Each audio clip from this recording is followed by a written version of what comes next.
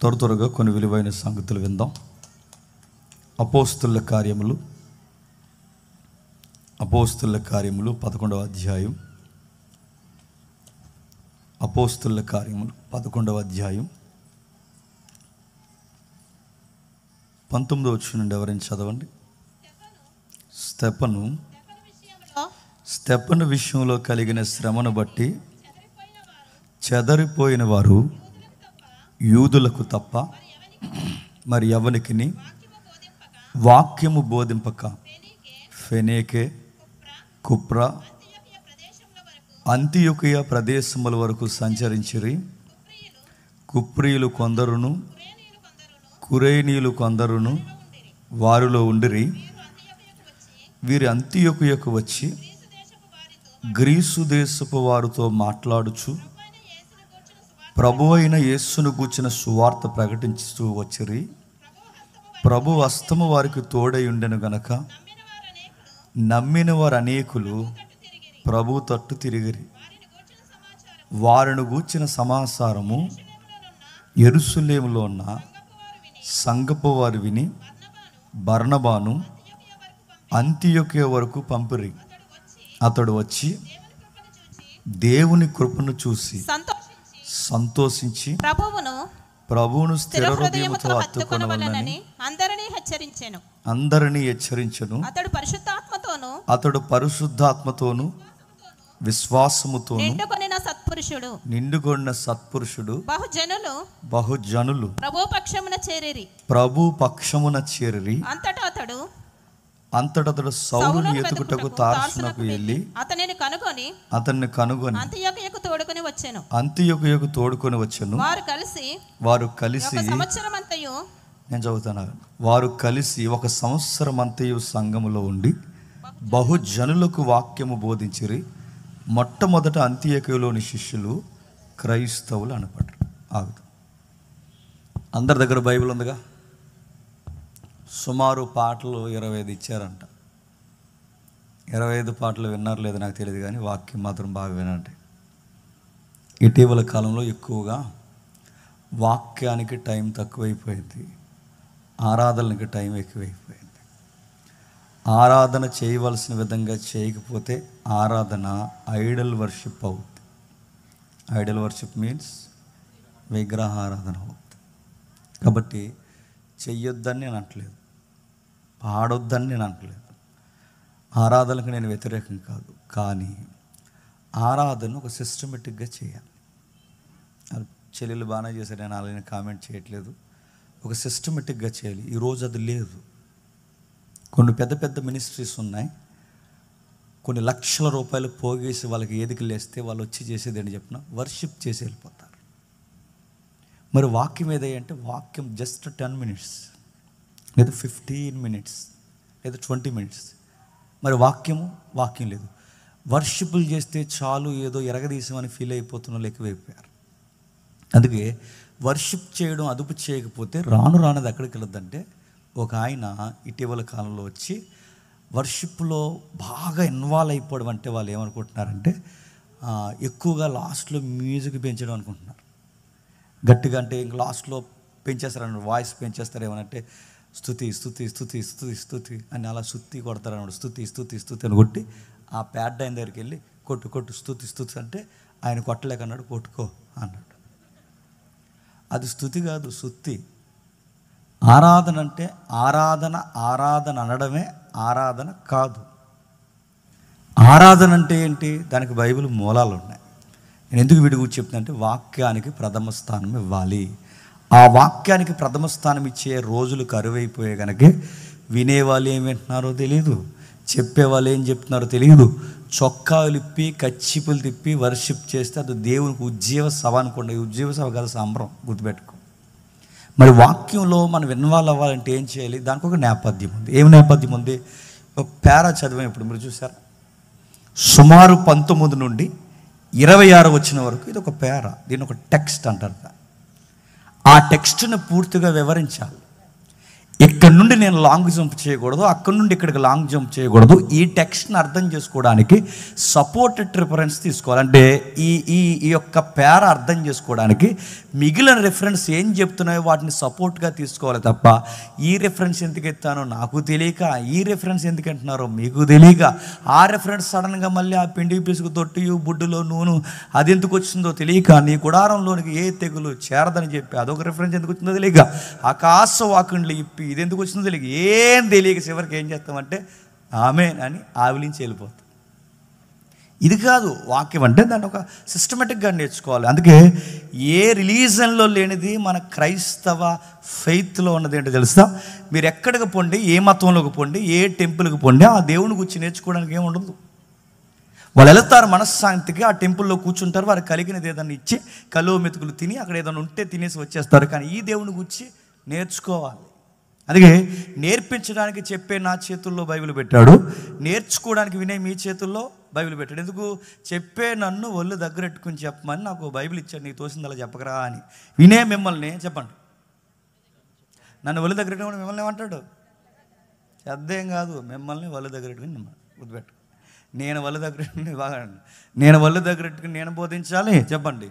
మీరు ఒళ్ళు దగ్గరెట్టుకుని చదివే వినే మీ చేతుల్లో బైబిల్ ఉంది చెప్పండి, వినే చెప్పే నా చేతుల్లో బైబిల్ ఉంది. ఎందుకుంది? ఎలా చెబుతున్నాం, ఏం చెబుతున్నాం, 4 ముక్కలు నేర్చుకోవాలి. ఈ దేవుని గురించి ఓ పట్టాన నేర్చుకుంటే కానీ అర్థం కాని దేవుడు. 30 ఏళ్ళు కాపురం చేసిన ఆవిడ అందంట, ఈయనేటో నాకు అర్థం అవ్వట్లేదు, లింగులింగమని.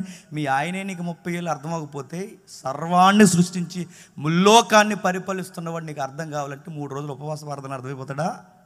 దేన్ని చదవాలి, గుర్తుపెట్టుకోండి. 30 రోజులు భర్త అర్థం కావట్లేదు, 30 రోజులు భార్య, 30 ఏళ్ళు కాపురం చేసిన భార్య అర్థం కావట్లేదు, 30 సంవత్సరాలు కాపురం చేసిన భర్త అర్థం కాలేనప్పుడు ఈ దేవుణ్ణి అర్థం చేసుకోవాలంటే ఎలా అర్థమవుతాడు? అర్థమవు ప్రవ్వా, నాకు అర్థమవు ప్రవ్వా అంటే అర్థమవుతాడా? నేను అర్థం అవ్వాలంటే నా ఇష్టాలు ఏంటో, నా ఇష్టాలు కానివేంటో, నా చిత్తము సర్వము ఎలా ఉందో ఒక పుస్తకంగా చేసి మీ చేతుల్లో పెట్టాను. ఆ పుస్తకం పేరే బైబిల్. అది చదవండి, నేను అర్థమవుతా అన్నాడు. అది చదవం, అన్నీ చేస్తాం కానీ అది చదవం. అది ఈ మధ్యకాలంలో దరిద్రపు ఫ్యాషన్ ఏంటి చెప్పిన, బైబిల్ లేకుండా సభలకు వస్తున్నారు, బైబిల్ లేకుండా చెప్పండి చర్చిలకు వస్తున్నారు, బైబిల్ లేకుండా దేనికి వస్తున్నారు? భోజనాలకు వచ్చారా? బైబిల్ లేకుండా కళ్యాణ మండపం మీద నేను అడుగుతున్నాను. ఇది కళ్యాణ మండపం కాదు, ఇది సంబరం కాదు. మరి దేనికి వచ్చారు? బైబిల్ లేకుండా వచ్చిన వాళ్ళు చూస్తే ఒంగోబెట్టి మళ్ళీ చెప్తున్నానండి, వాళ్ళు ఈ విమానం ఆ పచ్చి కమ్మలిచ్చి కొట్టాలనిపిస్తుంది అండి. బైబిల్ లేకుండా లింగలింగమని ఇది మోసుకుని వస్తారు, మొబైల్ టింగ్ టింగ్ అన్నాడు, అందులో చూస్తారట మొబైల్లో. నీ మొబైల్లో ఎంత పవిత్రత ఉంటుందో అందరికీ తెలుసు. ఆ మొబైల్లో నువ్వు బైబిల్ చూడండి, నీకంటే ఒక సొంత బైబిల్ లేదా? నువ్వు బైబిల్ చూడవని అడుగుతున్నాను. నీకు ఒక సొంత బైబిల్ ఉండాలి. ఆ బోధకుడు ఏం చెప్తున్నాడు చూడాలి, ఆ చెబుతుందో నేర్చుకోవాలి. అలా నేర్చుకుంటే నువ్వు పూజించే దేవుడు నీకు అర్థం అవుతాడు. ఇప్పుడు మనం చదువుతున్నాం ఏంటి దీని సందర్భం ఉంది? దీనికి ఒక ముఖ్యమైన సందర్భం ఉంది. స్తెఫను విషయంలో కలిగిన శ్రమను బట్టి ఎవరో చెదిరిపోయారంట. స్తెఫను విషయంలో కలిగిన శ్రమను బట్టి ప్రజలు చెదిరిపోయారు. చెదిరిపోయిన వారు ఎవరు అంటే, ఇప్పుడు ఈ సందర్భం అర్థం కావాలంటే ముందున్న నేపథ్యం చెప్తాను, జాగ్రత్తగా వినండి. అపోస్తుల కార్యం 1వ అధ్యాయం సందర్భం మీకు తెలుసుగా. తెలిసినా తెలియకపోయినా తెలిసినట్టే చూడండి. 10:30 అవుతుంది, అయినా అవుట్లైన్ చెప్తాను వినండి. 1వ అధ్యాయం యొక్క నేపథ్యం ఏంటంటే, ప్రభు అయిన యేసుక్రీస్తు వారు మేఘారూఢుడై వెళ్ళిపోతున్నాడు. ఆయన వెళ్ళిపోతూ ఉన్నప్పుడు శిష్యులు కంగారు అవుతున్నారు. వాకులు వదిలేస్తాం, కుటుంబాలు వదిలేస్తాం, ఆస్తులు వదిలేస్తాం, ఆప్తులను వదిలేస్తాం, అన్నీ వదిలేస్తాం, నువ్వే సర్వం అనుకుని వచ్చేస్తాం, మా కష్టము కన్నీరికి అన్నిటికీ జవాబు నువ్వు అనుకుని కూడా వస్తే నువ్వు ప్రత్యేకంగా మమ్మల్ని వదిలేసి వెళ్ళిపోతున్నావు, నెక్స్ట్ ఏంటో మాకు అర్థం కావట్లేదని పేతురు లాంటి వారు కలవరపడుతుంటే, ఆ టైంలో ప్రభు అయిన యేసుక్రీస్తు వారు చెప్పిన ధైర్యపు మాటే, మీరు కలవరపడకూడి, నాలాగే మరింత మిమ్మల్ని స్థిరపరిచే ఆదరణకర్త రాబోతున్నాడు. ఆయన పేరు పరిశుద్ధాత్మ.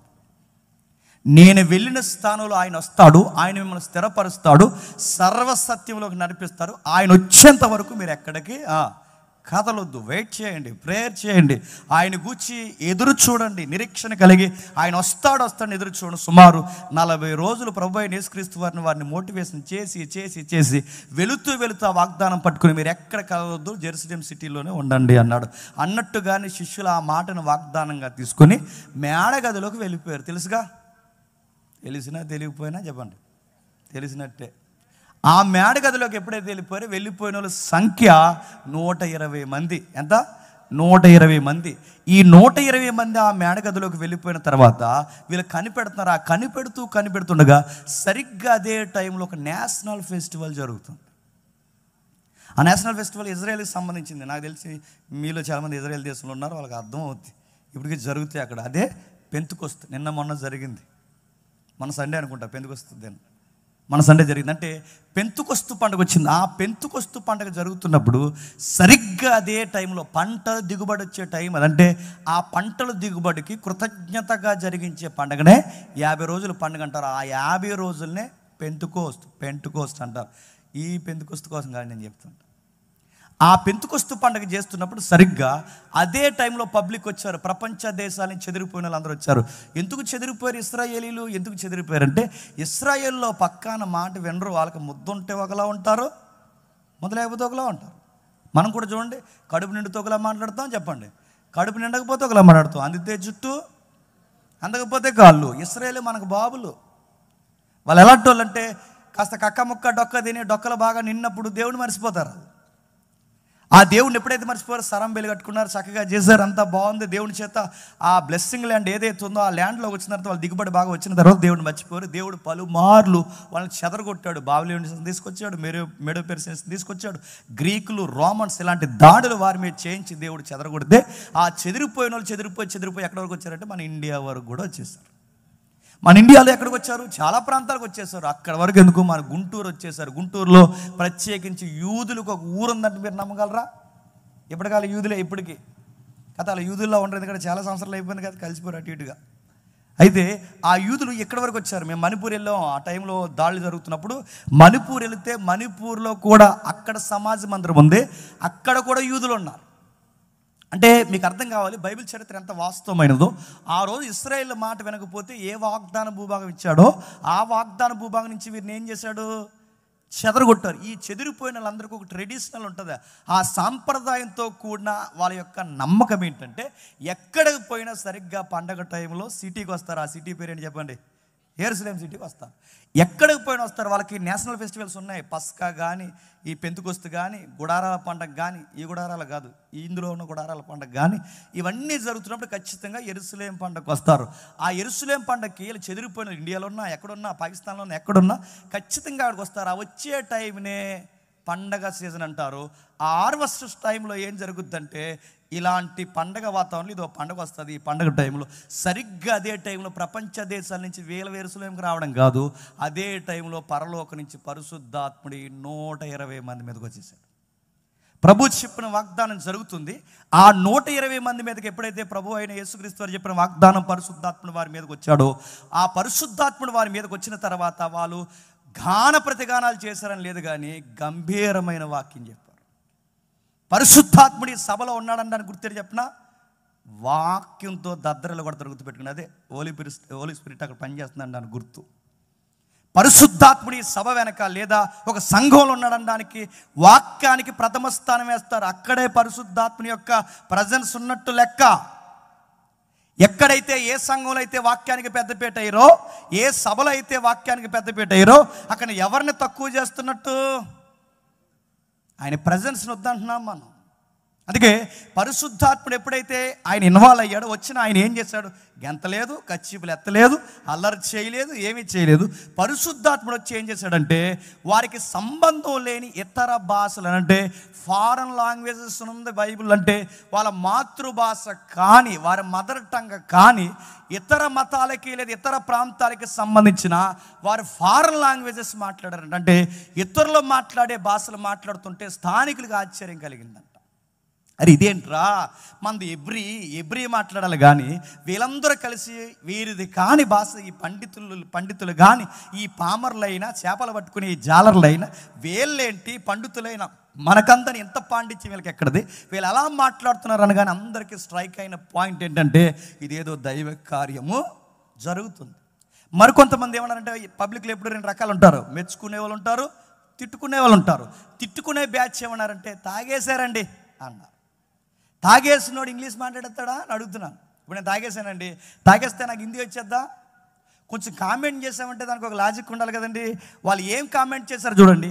తాగేసి ఏదో తాగేసి ఏదో ఒకటి మాట్లాడితే బెబ్బెబ్బే అంటే బాగుండు. వారు తాగి మాట్లాడుతున్నది ఇతరుల భాష స్పష్టంగా మాట్లాడుతున్నారు అంటే అది తాగిన వైఖరి కాదు. వారు ఇతర భాషలు ఎప్పుడైతే మాట్లాడుతున్నారో వీళ్ళందరూ మాట్లాడుతున్నప్పుడు కామెంట్ చేస్తారు. వచ్చిన సుమారు 17 దేశాలు ఆ రోజుల్లో లెక్క. ఆ రోజుల్లో 17 దేశాలు అంటే చాలా ఎక్కువ. తిప్పి ఇన్ని సంవత్సరాలు కూడా మొత్తం దేశాల సంఖ్య ఎంత అంటే నాకున్న ఐడియా ప్రకారం 270 అనుకుంటే. ఇప్పటికి 270 దేశాలు ఉన్నాయి.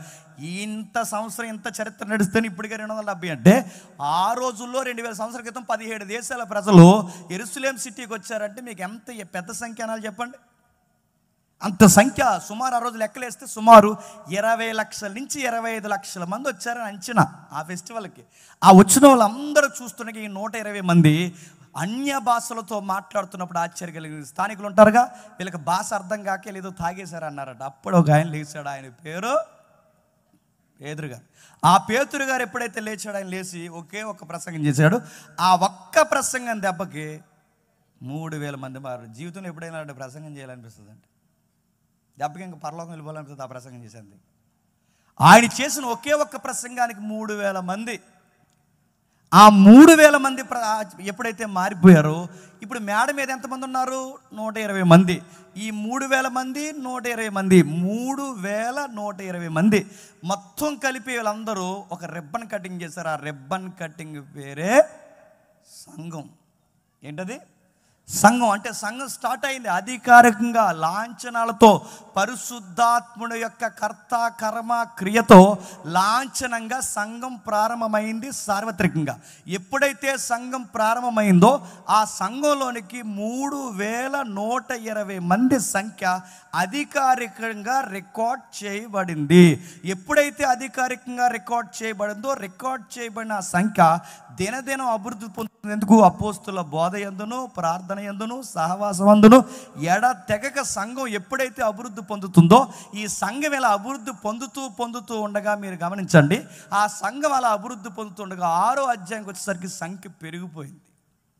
సంఖ్య ఎప్పుడైతే పెరిగిపోయిందో తెలుగులో సామెత ఉంది, మంద ఎక్కువైతేనట చెప్పండి బాగా పాలసన అయిపోయింది. మంద ఎక్కువైరు. ఎప్పుడు చూడండి, సంఘంలో 4 ఉన్నప్పుడు గొడవలు ఉండవు, 40 మంది ఉన్నప్పుడు గొడవలు ఉండవు, 400 మంది అయినప్పుడే రగడ స్టార్ట్ అవుతుంది. 400 ఉన్నా పర్లేదు, 400 4000 అయినప్పుడే ప్రాబ్లం. మానసిక రోదన అన్నిటికన్నా అతిపెద్ద కష్టమైన పరిచర్య అని చెప్పి నన్ను అడిగితే ఓ సంఘాన్ని నాయకుడి గుడి నడిపించిన అదొక మానసిక రోగం అండి. ఈడు ఎందుకు కోపం ఎత్తాడో తెలియదు, ఆడు ఎందుకు నవ్వుతాడో తెలియదు, ఈడు కొట్టుకుని నా మీద ఎందుకు కోపించారో నాకు అర్థమవుతుంది. వీళ్ళిద్దరు కలిసి ఈ సంఘాన్ని నన్ను ఎక్కిరించలే మళ్ళీ పక్క సంఘానికి ఎందుకు వెళ్ళిపోతున్నారో నాకు అర్థమవుతుంది. అదో వేదన, అదొక రోదన, చెప్పుకోలేని బాధ. పొరపాటు నన్ను ఏమన్నామంటే రేపు నుంచి నా మీద ఆడు ఇంటి రికార్డులు చెప్తాడో, ఇదొక బాధ నడుతున్న. ఇదొక రకమైన మానసిక రుగ్మత ఉంటుంది సంఘంలో. ఎప్పుడు ఈ కల్ట్ ఉంటుందని గుర్తుపెట్టుకోండి.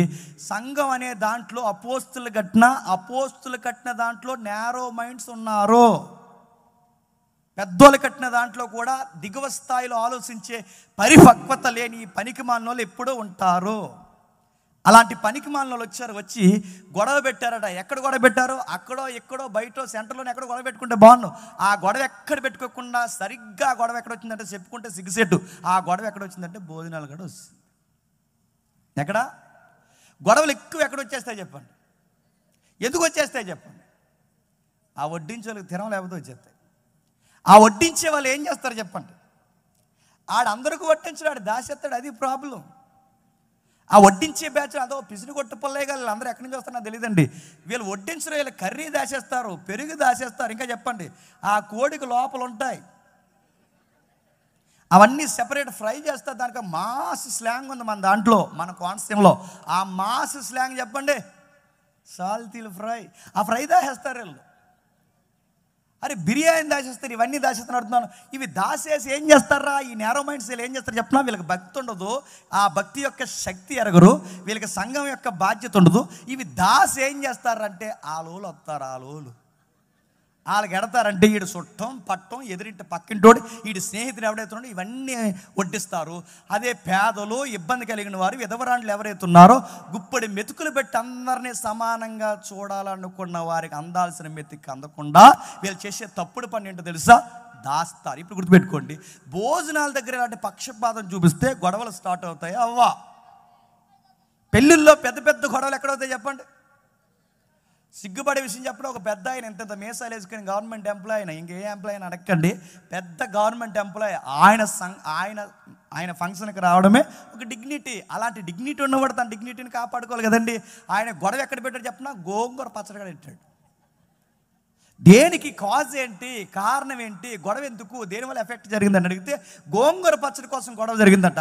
ఆ గోంగూర పచ్చడి కోసం గొడవ జరిగితే ఇంకా మేము ఏమనలేదు, మొత్తం బకెట్ తెచ్చి ఆయన దగ్గర మొత్తం మీకే సరి తీసుకున్నాను. నీ యొక్క వయసు ఏంటి? నువ్వు మాట్లాడాల్సిన మాటలేంటి? నువ్వు ఎలాంటి విషయాల్లో నువ్వే డిస్టర్బెన్స్గా ఉంటే కార్యక్రమం జరుగుద్దా? పరిపక్వత లేని వారు సెల్ఫ్ ఎక్కువ కోరుకుంటారు. సెల్ఫ్ కోరుకున్న వారు ఈ స్వార్థపూరితమైన చర్యలు సంఘంలో సీలుకులు తెచ్చాయి. 6వ అధ్యాయంకి వచ్చేసరికి ఏమైంది? 6వ అధ్యాయంలో మీకు అర్థమవుతుంది కానీ నేను చెప్పింది మీకు అర్థమవకపోయినా అర్థమైనట్టే. నా ఇంకా సీరియస్గా చూడండి చెప్తాను. సరే, ఎప్పుడైతే 6వ అధ్యాయంకి వచ్చేసరికో ఈ వేల మంది సీలికలు వచ్చాయి. దేన్ని బట్టి ప్రాబ్లం వచ్చింది? 6వ అధ్యాయం మొదటి వచనం చదవండి ఒకసారి. 6వ అధ్యాయం మొదటి వచనం. ఆ దినములలో శిష్యులు అంటే క్రిస్టియన్స్ వాళ్ళ సంఖ్య విస్తరించుచున్నప్పుడు అనుదిన పరిచర్యలో తమలోని విధవరాండ్లను చిన్న చూపు చూసిరని ఎబ్రీల మీద గ్రీకు భాష మాట్లాడు యూదులు సనగసాగిరి.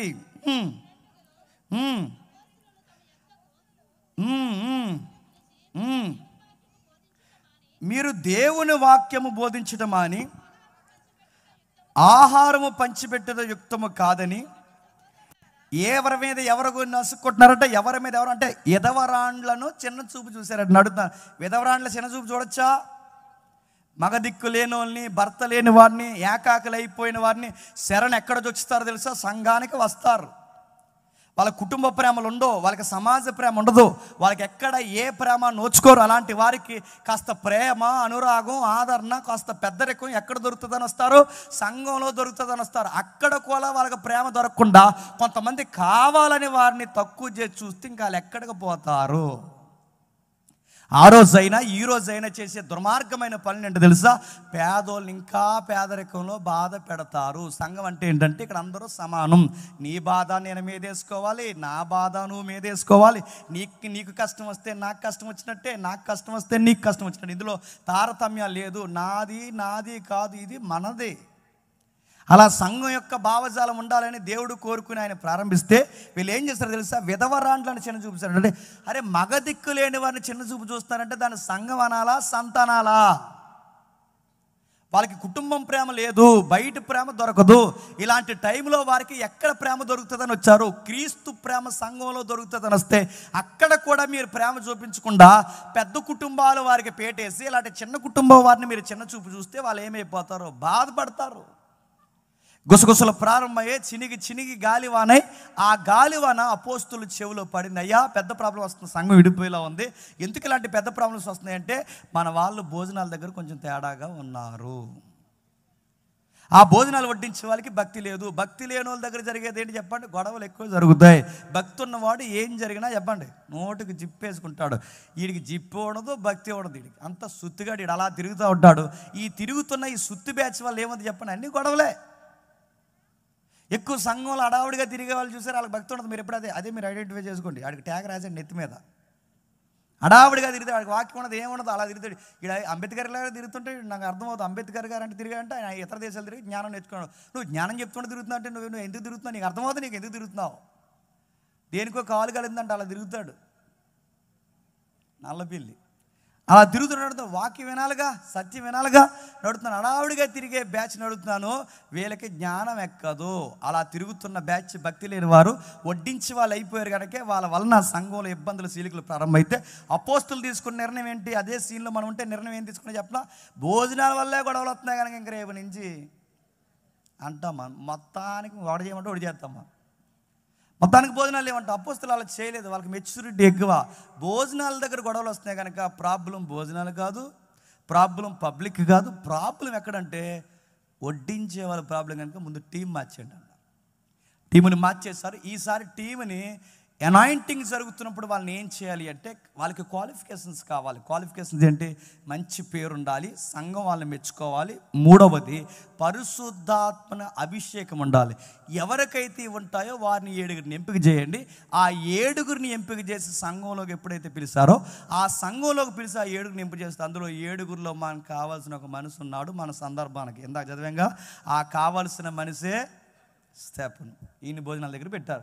భోజనాల దగ్గర ఏమో అపోస్తులు పెట్టారు. ఎవరిని? స్తెఫన్ని. భోజనాల దగ్గర అపోస్తుల్ని స్తెఫన్ను పెడితే ప్రభు భోజనాల దగ్గర ఉన్న మనిషిని తీసుకొచ్చి బోధించే స్థాయిలోకి సమాజంలోకి తీసుకొచ్చారు. మన దేవుడు ఎలాంటి చెప్పినా, మన దగ్గర కసి, భక్తి, విశ్వాసము, ఆయన పట్ల స్థిర నిర్ణయం కలిగి నాగిటి మీద చెయ్యేసి ఎన్ని జరిగినా ఎనిదిరిగి చూడడానికి ఒక కసి మనలో ఉందనుకోండి, నువ్వు బరకాల మెడతడుతున్నా నిన్ను అక్కడ ఉంచడు, తీసుకొచ్చి నేను ఎక్కడ పెట్టాలో అక్కడ పెడతాడు. అంత గొప్ప దేవుడు మన దేవుడు. భోజనాలు వడ్డించి అబ్బాయిని తీసుకొచ్చి వండర్స్ చేస్తున్నాడట. ఆ వండర్స్ చేస్తున్నప్పుడు 8వ వచనం ఏం జరుగుతుంది చూడండి. స్తెఫను కృపతో బలముతో నిండుకొని వాడై ప్రజల మధ్య మహత్కార్యములను గొప్ప సూచక్రియలు చేస్తున్నాడు. ఆయన చేస్తున్న వండర్స్కి పబ్లిక్ ఒక్కసారి వండర్ అయిపోయారంట. అరే ఏంటి అబ్బాయి ఎలా చేస్తున్నాడంటే, ఆయన వండర్సేనా, ఇంకేం చేస్తున్నాడు? అనేకులు వచ్చారు, లిబెర్తీలు వచ్చారు, కురేనీలు వచ్చారు, అలెగ్జాంద్రియా నుంచి వచ్చారు, కిలికియా నుండి వచ్చారు, మిడిల్ ఆసియా నుంచి వచ్చారు, ఇంకా కొంతమంది వచ్చారు. వీళ్ళందరూ వచ్చి అతనితో మాట్లాడుతున్నారట. అతడు అగపరిచిన జ్ఞానమును, అతను ప్రేరేపించిన ఆత్మను వారు ఎదిరించలేకపోయారంట. ఏం చెప్తున్నాడు? ఓ పక్క వండర్స్ చేస్తున్నాడు, మరో పక్క సువార్త చెప్తున్నాడు. సువార్త చెప్తున్నాడు, వండర్స్ చేస్తున్నాడు. ఈ మధ్యకాలంలో ఏం చేస్తున్నాడు చెప్పినా? వండర్స్ చేస్తున్నాం అంటున్నారు. చెప్పండి. సువార్త మానేశారు. సువార్తకు పెద్దపేట వేయడం మానేశారు. ఎప్పుడు గుర్తుపెట్టుకోండి, ఏ సూచక్రియ అయినా, ఏ గొప్ప కార్యమైనా దేన్ని హైలైట్ చేయడానికి తెలుసా? వాక్యాన్ని హైలైట్ చేయడానికే, వాక్యాన్ని చూపించడానికే, దేవుని మనసును వాక్యాన్ని అలా అర్థంలా చూపించడానికి. అందుకే మనం ఏ క్రియ చేసినా, మనం పాట పాడినా, మనం ఒక అద్భుత కార్యం జరిగించినా, మనం నలుగురు కలిసి నిలబడినా దేన్ని పైకెత్తి పట్టుకోవాలి చెప్పండి? వాక్యం, వాక్యము, వాక్యం. అందుకే ఆ స్తెఫను గారు ఆయన చేసిన పరిచర్లో అత్యధికమైన ఆకర్షణీయమైనది, కుంటోలకు కాళ్ళు ఇచ్చాడు, గుడ్డోలకు కళ్ళు ఇచ్చాడు, చెవిటి వారికి చెవులు ఇచ్చాడని కాదు. ఆయన చేసిన గొప్ప కార్యం ఏంటి చెప్పినా, ఆయన అగపరిచిన వాక్య జ్ఞానమును ఈ పెద్ద మనుషులు ఎదిరించలేకపోయారంట. ఎవరు ఆ పెద్ద మనుషులు? రిబెర్తీలు, కురేనీలు, ఇంకా ఉన్నారు ఆసియా, మైనర్ ఆసియా నుంచి వచ్చిన వాళ్ళు. ఇందులో ఉన్న ఒక బ్యాచ్ ఉంది చూడండి. కురేనీలో కిలికియా నుండి కొంతమంది వచ్చారని చూసారా? ఆ కిలికియా బ్యాచ్లో యాక్టివ్ మెంబరే సౌలు. ఆ సౌలే పౌలు. ఇప్పుడు చూడండి, గలిలయ అనే హెడ్ మాస్టర్ దగ్గర, గలిలయ అనే ఒక యూనివర్సిటీ ఉంటే, ఆ రోజుల్లో యూనివర్సిటీ అది, గలిలయ అనే ఒక యూనివర్సిటీ ఉంటే అక్కడ హెడ్ ఆఫ్ ది డిపార్ట్మెంట్గా పనిచేస్తున్న ఒక నెంబర్ వన్ ప్రీచర్ ఉన్నాడు. ఆయన పేరు గమలీయేలు. అలాంటి దగ్గర నెంబర్ 1 స్టూడెంట్ ఎవరైనా ఉన్నారంటే చెప్పండి? పౌలు. ఆయనకి తెలియని సబ్జెక్ట్ లేదు, ఆయనకి అన్ని సబ్జెక్టులు తెలుసు. అంత సబ్జెక్ట్ తెలిసిన పౌలు గారు కూడా ఎవరిని ఎదిరించలేకపోయారట. ఏం చెప్తున్నాడు ఇంతకీ స్తెఫను అంటే? ఆయన చెప్పే ప్రసంగానికి ఆ రోజు వాళ్ళకి టెర్రర్ స్టార్ట్ అయింది. చెప్తే ఆయన ప్రాక్టికల్గా మాట్లాడుతున్నాడు. ఎంత ప్రాక్టికల్గా మాట్లాడుతున్నాడంటే, అబ్రహామును పరిచయం చేస్తున్నప్పుడు అనగనగనగా అనలేదు. అబ్రహామును పరిచయం చేస్తున్నప్పుడు ఎలా పరిచయం చేస్తారు తెలుసా? మన అబ్రహాము దేవుని చేత పిలువబడుతున్నప్పుడు ఆయన మెస్సొపొతేమియాలో కాపురం ఉండక మునుపు ఆరానులో దేవుడు పిలవడం ప్రారంభించంటే, ఆయన మాట్లాడుతున్నది జాగ్రఫికల్ ఎవిడెన్స్ మాట్లాడుతున్నాడు. చూసారా?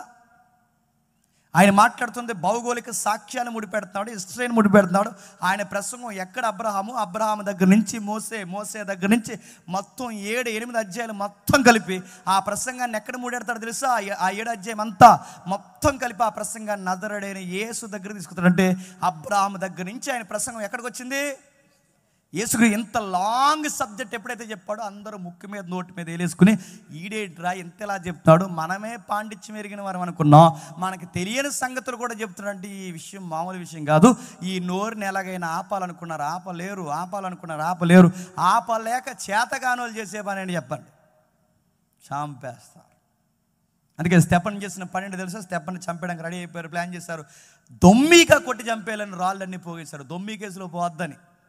ఒకటి కొడితే మర్డరు, 2 కొడితే ప్లాన్ చేశారంటారు. మొత్తం ఊరంతా కలిసి కొడితే దొమ్మి అంటారు. అలాంటి ప్లాన్ చేయకండి ఎవడి మీద. ఒకటి చెప్తే ఒకటి అర్థమవుతుంది. దొమ్మిగా కొట్టుపడేస్తారు. దొమ్మిగా అంటే ఆ దొమ్మిగా ఎప్పుడైతే కొట్టేశారో రాళ్ళు తెచ్చారు. గవర్నమెంట్ కూడా పాయింట్అవుట్ చేయకుండా ఆ రాళ్ళని తెచ్చి ఆ కొడుతున్నప్పుడట మళ్ళీ డ్రెస్సులు ఎక్కడైతే డిస్టర్బెన్స్ అవుతాయని వీళ్ళ పై వస్త్రం నిలువు టంగీలు ఉంటాయి కదా, నైటీలాగా, ఆ నిలువు టంగీలు తీసి ఆ పక్కన పెడితే ఆ నిలువు టంగీలకి ఈయన కాపలా కాశాడంటే ఎవరు? ఈ భయం లేదు మనిషికి అసలు. ఎవరు? సౌలు. ఆ కాపలా కాస్తే ఆ మనిషి చూస్తుండగా ఆయన రాళ్ళు ఇచ్చి కొడుతుంటే ఎంజాయ్ చేస్తున్నాడు. మరి అదేం సైకోటిక్ మైండ్ నాకు అర్థం కాదు. కానీ ఆయన చేస్తున్నది ఎంజాయ్ చేస్తూ వాళ్ళ వస్త్రాలు కాదు, కొట్టండి అక్కడ కొట్టండి అని చెప్పాడు. ఆ కొట్టేశారు, చంపేశారు. ఆ చంపేసినప్పుడు ఈ విషయం సంఘానికి అందింది. మనలో ఉన్న ఎంపిక చేయబడిన స్టెఫెన్ని చంపేశారన్న వార్త సంఘానికి ఎప్పుడైతే వినబడిందో, సంఘానికి వినబడిన వార్తను ఆ పెద్దలకు చెప్పేసరికి ఆ పెద్దలు సంఘము కలిసి స్టెఫెన్ని సమాధి చేశారు. ఇలా సమాధి చేసి మళ్ళీ ఊళ్ళోకి వచ్చారో లేదో, ఆ సమాధి కార్యక్రమం ఇంకా ఆరకముందే, ఆ సమాధి ఇంకా పచ్చిగా ఉండగానే మళ్ళీ ఓక దుమ్ముడిగా అందరూ మత పెద్దలు గవర్నమెంట్ కలిసి సంఘం మీద పడిపోయింది. చూస్తారు ఒకసారి ఎక్కడ ఉందో, 8వ అధ్యాయం మాత్రం వచనం. ఆ కాలమందు యెరూషలేములోని సంఘమునకు గొప్ప హింస కలిగినందున అపోస్తులు తప్ప అందరూ యోదయ సమరయ దేశములంతా చెదిరిపోయి భక్తిగల మనుషులు స్టెఫెనును సమాధి చేసి అతన్ని గూర్చి ఇంకా ఏడుస్తూ ఉండగానే సౌలు అనే ఒక వ్యక్తి ఇంటింటా చొచ్చి పురుషులను స్త్రీలను ఈడ్చుకొని పోయి చెరసాల్లో ఏంచి ఆయనను సంఘమును పాడు చేయడమే జీవిత లక్ష్యం అన్నట్టు తిరుగుతున్నాడంట ఆ పెద్ద మనిషి. మీకు అర్థమవుతుందా? సంఘంలో యాక్టివ్గా ఉన్న వాడిని రాళ్ళిచ్చి కూడా చంపేస్తున్నారు. సంఘం కాస్త యూనిటీగా కూర్చుందనుకుంటే ఇప్పుడు మతోన్మాదులు గవర్నమెంట్ కలిసి కూడా ఎవరి మీద యాక్షన్ తీసుకున్నారంట? సంఘం మీద. ఇందులో కొంతమందికి ఏదో అధికార పత్రాలు, కొత్త నోటిఫికేషన్లో కొత్త డిఎస్పీ గారు వచ్చినట్టు ఈయన డిఎస్పీ మాదిరి బిల్డప్ ఎత్తున్నాడు. ఎవరు? ఈ సౌలు. ఇంటింటా వచ్చి ఎప్పుడు గుర్తుపెట్టుకోండి, రూములోకి ఎస్ఐ గారు రాకూడదు, రూములోకి సిఐ గారు రాకూడదు. రూములో అఫెన్స్ జరిగితే రూములోకి వచ్చే అధికారం ఏ ఆఫీసర్కి ఉంటుందో తెలుసా? డిఎస్పీకి ఉంటుంది. రూములో నేరం జరిగితే అందుకే రూముల్లోకి వెళ్ళి ఇంటింటా వచ్చి బయటికి లాగేస్తున్నాడు. ఈయన పెద్ద డిఎస్పీ అయిపోయాడు. ఎవరు? సౌలు గారు వెళ్ళి లాగేసి, ఇక స్త్రీలు పురుషులు లేడు, అందరిని బయటికి లాగేసి కొట్టి చంపేస్తున్నాడట. సంఘం ఈ దెబ్బకు ఒక నిర్ణయానికి వచ్చింది, బతుకుంటే చెప్పండి ఆకుంది పేరు, ఆకు తింది బతుకుదామని చెప్పి అందరూ తట్టా బుట్ట కడుపు చేత్తో పట్టుకుని ఎవరి కాళ్ళే చెల్ల చెదరైపోయారు. బాగుందండి. మాట వినలేనప్పుడు ఇశ్రాయేలుని చెదరగొట్టాడు. ఇప్పుడు మాట వినలేనందుకు సంఘాన్ని చెదరగొట్టాడు. ఎప్పుడైతే సంఘాన్ని, ఆ పాయింట్ మర్చిపోకూడదు, సన్నటి తీగ, అది చదివితేనే మనకు అర్థమవుద్ది. ఎప్పుడైతే సంఘం చెదిరిపోయిందో, చెదిరిపోయిన వాళ్ళకున్న మంచి లక్షణం ఏంటంటే వీళ్ళు ఎక్కడికి పోయినా ఇన్ని రోజులు నేర్చుకున్నారే అపోస్తుల బోధ, సహవాసం, రొట్టె విరుచుట, ప్రార్థన చేయుట. ఈ నేర్చుకున్నది వీళ్ళు ఎక్కడికి పోయినా ఏ పని చేసుకున్నా సాయంత్రం వచ్చే సమయానికి చిన్న గృహ కూడుకులు పెట్టుకునేవారట. అర్థమైనట్టే ఉందని నాకు అర్థమైంది. చిన్న గృహ కొడుకు పెట్టుకున్నారు. ఈ గృహ కొడుకులు రహస్యంగా పెట్టుకున్నారు. ఎందుకంటే పబ్లిక్లో పెడితే వీళ్ళు ఏం చేస్తున్నారు, మీదడిపోతున్నారు కదా వీళ్ళందరూ వచ్చి. అందుకే రహస్య కొడుకులు పెట్టుకున్నారట. స్టెఫెను విషయంలో ఇప్పుడు చదవండి 11-19 స్టెఫెను విషయంలో కలిగిన శ్రమను బట్టి చెదిరిపోయిన వారు, అటు స్టెఫెను ఇటు సంఘానికి కలిగిన శ్రమను బట్టి చెదిరిపోయిన వారు యూదులకు తప్ప మరి ఎవరికి వాక్యము బోధింపక చిన్న చిన్న కూడుకులు పెట్టుకోరు. బ్రదర్ మీకు పాత నిబంధన తెలుసా, మీరు జూయిస్ కదా, రండి చిన్న మీటింగ్ పెట్టుకుందాం అని చెప్పి అలా చిన్న చిన్న మీటింగ్ పెట్టుకుని చిన్న చిన్న గృహ కూడుకులు పెట్టుకుంటున్నారట. ఈ పెట్టుకుంటున్నప్పుడు యూదులు పాత నిబంధన ఎదిగిన వారి ప్రార్థనలు పెట్టుకుంటుంటే ఆ ప్రార్థనలో ఎక్కువగా ఏం మాట్లాడుకుంటారంటే ఆ పాత నిబంధన రెఫరెన్స్ నుంచి ఒకరిని కోట్ చేస్తారు. ఆ పాత నిబంధన లేఖనాల నుంచి ఒకరిని చూపిస్తారు. ఏం చూపిస్తారు? ఆ పాత నిబంధన లేఖనాల నుంచి ఎవరిని చూపిస్తారంటే ప్రభు అయిన యేసుక్రీస్తు వారిని చూపించి మనం ఎదురు చూస్తున్న మెస్సయ్య ఎవరో కాదు, మనం ఎదురు చూస్తున్న క్రీస్తు ఎవరో కాదు, నజరేతులో పుట్టిన యేసే క్రీస్తు. ఇది కన్ఫర్మ్. ఇదిగో దీనికి లేఖనం సపోర్ట్ చేస్తుంది చూడండి. ఇదిగో మోసే చెప్పింది దీని కొరకే, యెషయా చెప్పింది దీని కొరకే, యెర్మియా చెప్పింది దీని కొరకే, ప్రవక్తలు చెప్పింది దీని కొరకే, సమూయేలు ఎదురు చూసింది దీని కొరకే, అబ్రహాం ఎదురు చూసింది దీని కొరకే అని ఇలా ప్రూవ్ చేస్తున్నప్పుడు పబ్లిక్లో విశ్వాసం పెరిగిందంట. ఇలా మాట్లాడుతుండగా ఈ చుట్టుపక్కల పనిలోకి వెళ్తారు కానీ ఏదో ఒక చిన్న పనో పెద్ద పనో ఇది ఏదో ప్రేయర్ జరుగుతుందంటే ఏంటని అలా మెల్లగా వచ్చి ఆడు కూర్చున్నప్పుడు ఆ మెల్లగా వచ్చి అలా వాక్యం వింటున్నప్పుడు వాళ్ళ మనసులు కూడా క్రీస్తు వైపు తిరుగుతున్నాయి. ఇప్పటివరకు యూదులు ఉన్నారు. యూదులు ఇప్పుడు ఎవరు వస్తున్నారంటే ఫెనీకే, కుప్రా, అంతియోకియా ప్రదేశముల వరకు సంచరించి కుప్రేనీయులు కొందరును కురేనీయులు కొందరును వారిలో ఉండి వీరి అంత్యోకయోకు వచ్చి గ్రీసు దేశపు వారితో మాట్లాడుచు ప్రభు అయిన యేసుక్రీస్తుని గుర్చిన సువార్తను వారికి ప్రకటించరు. అంటే ఇప్పుడు ఎలా వాక్యం అందుతుంది చూడండి. అక్కడ చెదిరిపోయిన వారు కుదురుగా ఉండకుండా వాళ్ళు ఏం చేస్తున్నారంటే నేర్చుకున్న 4 ముక్కలు తన చుట్టూ ఉన్న వాళ్ళకి చెబుతున్నారు. పాస్టర్ గారు వారం అంతా బైబిల్తో కుస్తీబడి శనివారం అంతా ఆయన ఫైట్ చేసి ఆ ప్రసంగాన్ని పులిపేట మీద బోధిస్తే ఆ అందుకున్న ప్రసంగాన్ని బయటికి పోయి చెప్పాల్సిన బాధ్యత ఎవరిది చెప్పండి? మీరు సంతూరు మమ్మీలా చూడకండి, చెప్పండి, మీదే. ఇక్కడ వాక్యం చెబితే ప్రసంగాన్ని బయటికి పోయి చెప్పాల్సిన బాధ్యత ఎవరిది? మీది. మీరు చెబుతారా? చెప్పరు. ఇక్కడికి వచ్చి ఏం చేస్తారు? ఫ్యాన్ ఎక్కడ ఉంది, బెంచ్ ఎక్కడ ఉంది, కుర్చీ ఎక్కడ ఉంది, గోడ ఎక్కడ ఉంది, ఇలాంటివన్నీ చూసి ఇక్కడ ముచ్చట్లు మాట్లాడుకుని చిన్నంచు ఎక్కడ కొన్నావు అని అడిగారట. ఆడు సెంటు ఎంత పడుతుంది అక్కడ, ఇలాంటి చెత్త ముచ్చట్లు అని. మరి వాక్యం ఆడు చెప్తుంటే బయటికి వెళ్ళి ఏం చెప్పరు. ఇక్కడికి వచ్చి మాట్లాడుకునేది ఇదే రాజకీయం మాట్లాడుకుంటారు, బయటికి వెళ్ళి కూడా అదే రాజకీయం. అందుకే సంఘాలు ఎందుకు విస్తరించట్లేదు చెప్పినా, పులిపేట మీద చెప్పిన వాక్యము పులిపేట ముందే వదిలేసి వెళ్ళిపోతుంది సంఘం. కానీ ఆ రోజు సంఘం అలా చేయలేదు. కష్టమో నష్టమో వాళ్ళకి ఎంత భయం వేసినా పట్టు చేత్తో పట్టుకుని పోయినా వాళ్ళు బయటికి పోయి వాళ్ళు చేస్తున్న పని ఏంటో తెలుసా? వాక్యం విన్న వాక్యాన్ని అందరికీ చెప్పండి చెబుతున్నారు. విన్న వాక్యాన్ని అందరికీ ఎప్పుడైతే చెబుతున్నారో వీళ్ళ వాక్యాన్ని ఇలా చెబుతూ ఉండగా ఇరుగు పొరుగు వారు కూర్చుంటున్నారు, వింటున్నారు. ఇలా చెబుతూ ఉండగా ప్రభు హస్తం వారికి తోడై ఉండను కనుక నమ్మిన వారు అనేకులు. 2 ముగ్గురు అయ్యారు, 3 నలుగురు అయ్యారు, 4 5 అయ్యారు. 1 by 1 పెరుగుతున్నారు. 10 20 30 40 50 60 100 మంది పెరిగిపోయారు. సడన్గా అరే చిన్న కూటమిగా మారిన ఈ చిన్న గుంపు ఒక పెద్ద గుంపుగా మారిపోయిందంట. ఈ వార్త అపోస్తులకి వినబడింది. అక్కడ ఉన్నారుగా వాళ్ళ 12 మంది అక్కడ ఉన్నారు, మిగిలిన వాళ్ళు చెదిరిపోయారు. కానీ వాళ్ళు ఎక్కడున్నారు? యెరూషలేములో ఉన్నారు. ఆ 12 మందికి ఎప్పుడైతే వినబడిందో, అయ్యా అక్కడ పెద్ద గుంపు కూడుకుంటున్నారు, వారిని కూర్చున్న వార్త మీకు చెబుతున్నాము. సంఘము చాలా విస్తరించింది. అంతియోకియాలో పెద్ద గుంపు ప్రార్థన కూర్చుంటున్నారు. అయితే ఒక ప్రాబ్లం ఉంది. అక్కడ కాపరి గారు లేరు. అక్కడ అందరూ కాపర్లే. అక్కడ కాపర్ లేడు సార్. మరి ఏం చేస్తారంటే అందరూ గుంపుగా కూర్చుంటారు, 4 మాటలు మాట్లాడుకుంటున్నారు, వాళ్ళకి తెలిసిన పరిధిలో నడుచుకుంటారు. అయితే నాయకులు లేని సంఘం తండ్రి లేని కుటుంబంతో సమానం.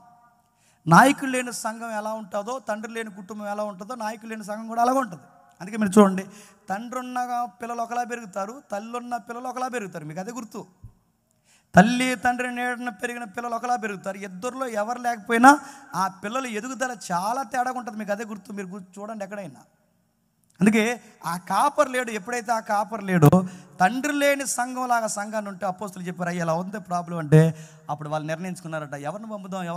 యోహాన్న వద్దు, స్తంభంలా ఉండాలి. ఎందుకంటే ఇప్పుడు ఎంత ప్రాబ్లం వచ్చినప్పుడు చాలామంది సంఘం ఈ యెరూషలేమును వదిలి వెళ్ళిపోయారు.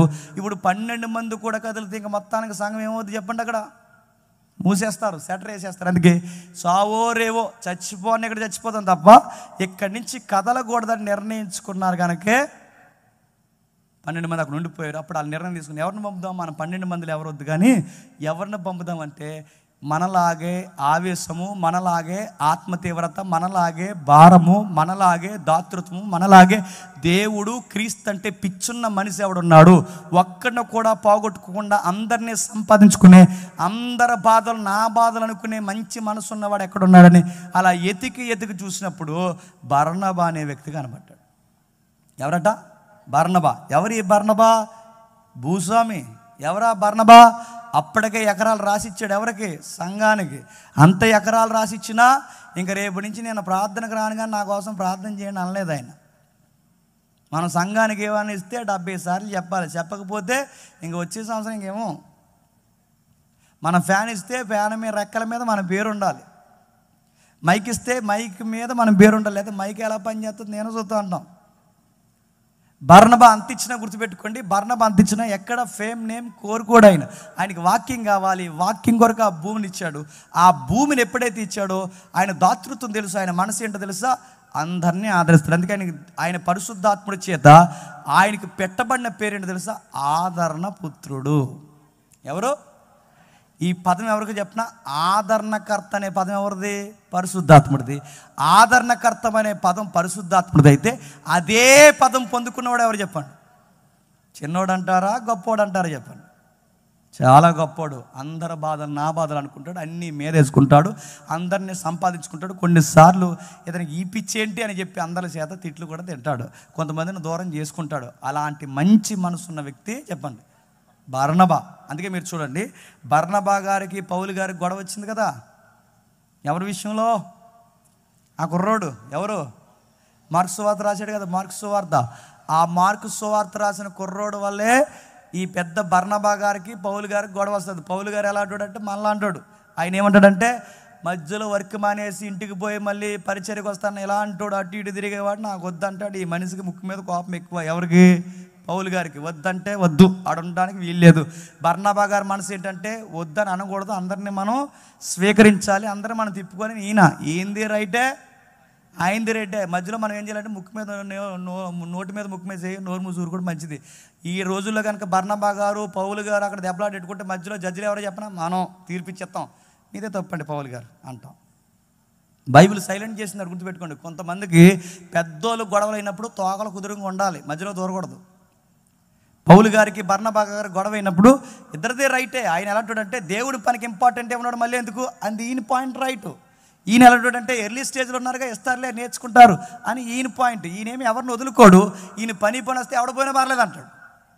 ఇద్దరిదే రైటే. అందుకే వాళ్ళిద్దరూ కామెంట్ చేసుకున్నప్పుడు బర్నబా మైండ్ మీరు గమనించండి, ఎవరిని వదులుకోడు. అందుకే మార్కుని మళ్ళీ అంట పెట్టుకుని వచ్చాడు. ఇలాంటి మనసున్న వాడిని అపోస్తులు పంపించారు కాక ఆయన వచ్చి ఏం చేస్తున్నాడు చూడండి. అతను వచ్చి దేవుని కృపను చూసి సంతోషించి ప్రభుని స్థిర హృదయంతో అత్తుకొన వాళ్ళని అందరినీ హెచ్చరించాడు. వచ్చినోడు ఏం ప్రసంగం చేస్తున్నాడు చెప్పండి? ఏం ప్రసంగం చేస్తున్నాడు? బ్లెస్సింగ్ బ్లెస్సింగ్ బ్లెస్సింగ్ బ్లెస్సింగ్ అంటున్నాడు అందరికీ. చెప్పండి, పరిశుద్ధాత్మతో నిండుకున్న ఆయన చేస్తున్న ప్రసంగం ఏంటి? మీకు ఇల్లు లేదా? నజరేయుడైన యేసు నామమున మీకు వచ్చునుగాక అనలేదు. అనారోగ్య సమస్యతో బాధపడుతున్నావా? లే, ఎర్రసుని వేసుకుని వచ్చాగా పైకి రా అనలేదు. యేసు నామమున ఆజ్ఞాపిస్తున్నాను, ఈ రోగమును ఈ రోజే పట్టుమని మాయమైపోను గాక ఫట్ అండో. ఇవి నమ్ముతున్నారు ఈ మధ్య, ఎక్కువైపోయినాయి. మళ్ళీ నడుగుతున్నాను, ఇలాంటివి చేయలేదు. ఆయన ఏం చేశాడు? ఆయన వచ్చి గొప్ప హెచ్చరిక వాక్యాన్ని చెప్పాడంట. పరిశుద్ధాత్ముడు ఉంటే అలానే ఉంటుంది క్రియ. ఆయన వచ్చి గట్టిగా హెచ్చరించాడు. ఎందుకు హెచ్చరించాడు? స్థిర హృదయంతో హత్తుకోనాలి అంటున్నాడంటే, స్థిరంగా ఉండరు. ఎందుకుండరు? వీళ్ళ కన్వర్టెడ్ క్రిస్టియన్స్. ఎవరు? ఫెనేకే, కొప్రా, కురేనియా, అంతియోకియా, గ్రీక్స్ ఎవరైతే ఉన్నారో వీళ్ళ కన్వర్ట్ అయిన యూదులు కాదు వీళ్ళ కన్వర్ట్ అయిన క్రిస్టియన్స్. కనుక కన్వర్ట్ అయిన వారికి అతిపెద్ద ప్రమాదం ఏంటి చెప్పినా, కన్వర్ట్ అవుతారు కానీ ఇంకా అవి మరిసిపోరు. అవి ఉంటాయిగా, అవి మూలాలు, అవి ఇక్కడ జస్ట్ మారుస్తారు ఇక్కడ అంతే. ఎలా మారుస్తారో మీకు ఉదాహరణ చెప్తాను వినండి. ఎలా మారుస్తారంటే, వాళ్ళ బయటోళ్ళు కొత్త ఇల్లు ఓపెన్ చేసుకున్నారు అనుకోండి. బయట వారు కొత్తగా హౌస్ ఓపెన్ చేసుకున్నప్పుడు వాళ్ళ హౌస్లు అంతా మంచిగా జరగాలని ఆ రిబ్బన్ కటింగ్కి దాన్ని తీసుకొస్తారు. ఆవుని దాన్ని తీసుకొస్తారు లోపలికి. దాన్ని అలా తీసుకొచ్చి అక్కడో రౌండ్, అక్కడో రౌండ్, అక్కడ రౌండ్ రౌండ్ రౌండ్ అవన్నీ వేస్తే అంత మంచి జరుగుద్ది. అది వాళ్ళ నమ్మకం, వాళ్ళ ఫిలాసఫీ, అది వాళ్ళ నమ్మకం. కానీ ఇందులోకి మారిన వాళ్ళు కొంతమంది ఏం చేస్తున్నారంటే, వాళ్ళందరూ కొత్త ఇంట్లోకి తీసుకొచ్చి ఆవుని తిప్పారు. మనోళ్ళందరూ కొత్త ఇంట్లో ఎవరిని తిప్పుతున్నారు చెప్పండి? ఎవరు చెప్పారు? పాస్టర్ గారిని తిప్పుతున్నారు. ఆ ప్లేస్లో ఎవరిని నెట్టారు చెప్పండి? Same philosophy. అక్కడేమో ఆవుని తిప్పుతారు చెప్పండి. ఎక్కడిది కాపీ? అది వాళ్ళ నమ్మకం, వదిలేయండి. మనోళ్ళు ఇలాంటివి చేస్తారా చేయరా? ఇక్కడ నిలబెట్టి అందరు మొలలు మెడలు చెక్ చేస్తే చాలామందికి లైసెన్సులు ఉంటాయి. లైసెన్సులు తాయితులు ఉంటారే. మీరు ప్రేయర్స్కి వెళ్తారు, మీరు చర్చ్కి వెళ్తారు, మీరు క్రీస్తుని నమ్ముతారు, ఇంకేలాంటివి నమ్ముతారంటే నమ్ముతారు. మళ్ళీ దరిద్రపు స్లోగన్ ఏంటి చెప్పినా, దేవుడికి పెట్టాలి, దయ్య నీ బంద ఎట్టాలి, ముందు నేను పెట్టాలి, నేను ఎలాంటి అని చెప్తున్నాను. దేవుడు పెట్టాలి, దయ్యాన్ని పెట్టాలి. అందుకు చూడండి, పాస్టర్ గారితో ప్రార్థన ఏం చేస్తారట? బేబనాయంతో ముహూర్తం పెట్టి చేస్తారు. ఎవర్రా బాబు మీరు? పాస్టర్ గారితో ప్రార్థన చేయించి బేబనాయంతో ముహూర్తం పెట్టి, ఆ మధ్యకాలం అయినా సంఘ పెద్ద పాస్టర్ గారు కలిసి చర్చి కడుతున్నారంట. చర్చి ఎలా కట్టాలో బేబనాయం దగ్గరికి వెళ్ళారంట. బాధాకరమైన విషయం చెప్పిన, మా ఊర్లో భోగమంట ప్రార్థన చేసి వేశారు. ఏటని అడగండి. ఇంకా ఇలాంటివన్నీ జరగకుండా ఉండాలంటే బర్నబా రోజు ఏం చేసి చెప్పండి? స్థిర హృదయంతో ఉండాలని అందరినీ గట్టిగా ఉంటే ఇటు ఉండండి, లేదా అటు పొండి. అటోకి అడుగు ఇటోకి అడిగేసినట్టు తాట తీస్తాడు దేవుడు ఏమనుకుంటారు. పూర్తిగా దేవుడు నమ్మండి, లేదా పూర్తిగా నమ్మకాలు నమ్మండి. వాస్తు గీస్తు అది ఇది మంచి చెడు సమయాలు శకనాలు ఇవన్నీ చూడడం మానేయండి. ఈ దేవుడిని నమ్మాలి, ఈ దేవుడిని ఉండండి.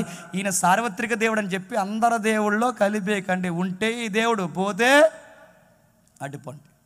గట్టిగా హెచ్చరించాడు. చాలామంది ఏమన్నారంటే అలా డైరెక్ట్గా చెప్పేస్తే రేపు నుంచి రారండి అంటారు.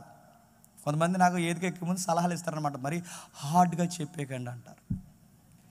హార్డ్గా చెప్పకపోతే మనకు చెప్పినట్టు ఉండదు.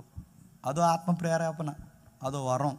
కొంతమంది అంటారు మరి అంత డైరెక్ట్గా డెలిబరేట్గా మాట్లాడేస్తే సంఘం తగ్గిపోస్తారంటే, ఇక్కడ చూడండి, స్థిర హృదయంతో హత్తుకున్న వాళ్ళని అందరిని హెచ్చరిస్తే ఆయన వచ్చాక సంఘం పెరిగిందా తగ్గిందా? కింద చూడండి. అతడు పరిశుద్ధాత్మతో విశ్వాసంతో నిండుకున్న సత్పురుషుడు, బహుజనులు ప్రభు పక్షమున చేరారు. ఇప్పుడు ఆయన వచ్చి ఇంత గొప్ప ప్రసంగం చెప్పాక పబ్లిక్ పెరిగారా తగ్గారా? మన తింగరతనం ఏంటి చెప్పినా, హెచ్చరిస్తే మానేస్తారు అనుకుంటున్నాం. మానరు, చెప్పండి. పెరుగుతారు, ఖచ్చితంగా ఉంటారండి. అక్కడ గట్టిగా వాక్యం చెప్తారండి. అక్కడ స్థిర హృదయంతో దేవుని పట్టుకుంటారని ఖచ్చితమైన ఈ రుజువులు ఎప్పుడైతే ఇస్తామో సంఘం పెరుగుద్ది. ఏమి అనకుండా నువ్వు ఎక్కడికి పోయినా పర్లేదు, నువ్వు ఎలాగున్నా పర్లేదు, మరి మర్చిపోకు అనకూడదు. గుర్తుపెట్టుకోండి, చెప్పాలి. నీ కానుక ఎవరికి కావాలి, ముందు నువ్వు కావాలని చెప్పాలి. ఓ దొంగతనానికి వెళ్తూ అన్నాడట, పాస్టర్ గారు ప్రార్థన చేయండి, మరి దొంగతనానికి వెళ్తున్నాను, జాక్ పాట్ తగలాలని ప్రార్థన చేయండి అన్నాడు. జాక్ పాట్ తగలాలని ప్రార్థన చేయాలంటే పాస్టర్ గారు ప్రార్థన చేసి, ప్రభువా ఈ కుమారుడికి జాక్ పాట్ తగిలేలాగా దీవించి ప్రభు అన్నాడట. ఆ ప్రార్థన అయిపోయి కుమారుడు తనంట 10వ వంతు మర్చిపోకే అన్నాడంట. లేవు ఇలాంటివి సంఘాలు. అందుకే చూడండి, హెచ్చరించాలి, గట్టిగా చెప్పాలి. ఆయన చెప్తున్నప్పుడు ఈయన వచ్చిన తర్వాత సంఘం ఇంకా పెరిగిపోయాడు. గొప్ప నాయకుడికి ఉన్న లక్షణం ఏంటి చెప్పిన, గొప్ప నాయకుడికి ఎవరికైనా ఏదన్నా మనం అప్పగిస్తే పబ్లిక్ పెరగాలి, తగ్గిపోకూడదు. వాడు వచ్చాక పెరగకుండా తగ్గుతానంటే వాడు అన్ఫిట్. గుర్తుపెట్టుకోండి. చాలామందికి ఏదైనా బాధ్యత అప్పగిస్తే ఈ కుమారపురుల దగ్గర అందరిని చెడగొడతాడు. ఎవరికైనా బాధ్యత ఇస్తే పెరగాలి, నిన్ను బట్టి జనం పెరగాలి. కానీ నిన్ను బట్టి తగ్గుతున్నారంటే నీలో ఏదో చెప్పండి నాయకత్వ లక్షణాలు తేడాగా ఉన్నాయి. అందుకే ఆయన వచ్చిన తర్వాత సంఘం పెరిగిపోయారట. ఇంకా పెరిగారు.